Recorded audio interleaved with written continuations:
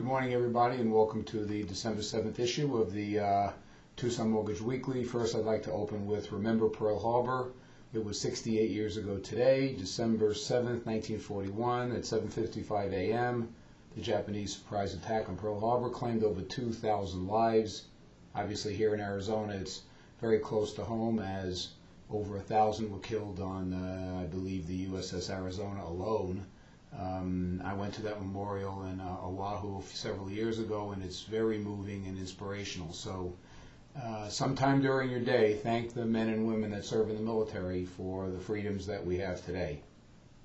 I'd also like to kind of just summarize last week a little bit. The jobs report came out last Friday, and it was, as I put on the website, it was a lollapalooza. We only lost 11,000 jobs versus 125,000. And the unemployment rate unexpectedly dropped to 10%. Now, I don't consider any of this good news, but it's certainly a step in the right direction.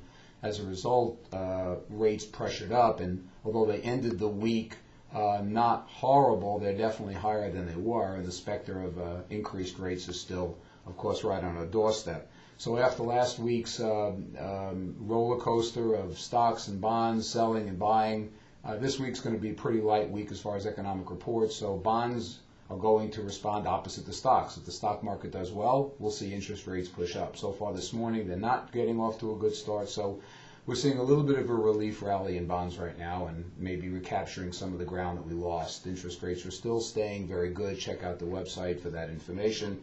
Locally, a couple of things I want to bring to your mind. If you've been reading the blog site, you'll notice or recall that as of December 12th, which is in effect the end of this week, Fannie and Freddie are implementing new qualifying guidelines. So under normal circumstances, a buyer's total debt ratio cannot exceed 45%. That's down from 55% and maybe more in certain cases.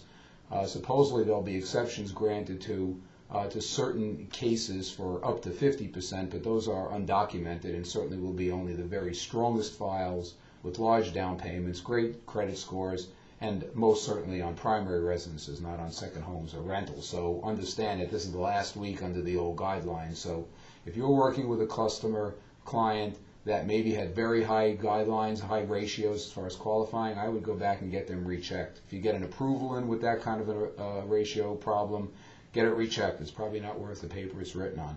And to be forewarned is to be forearmed.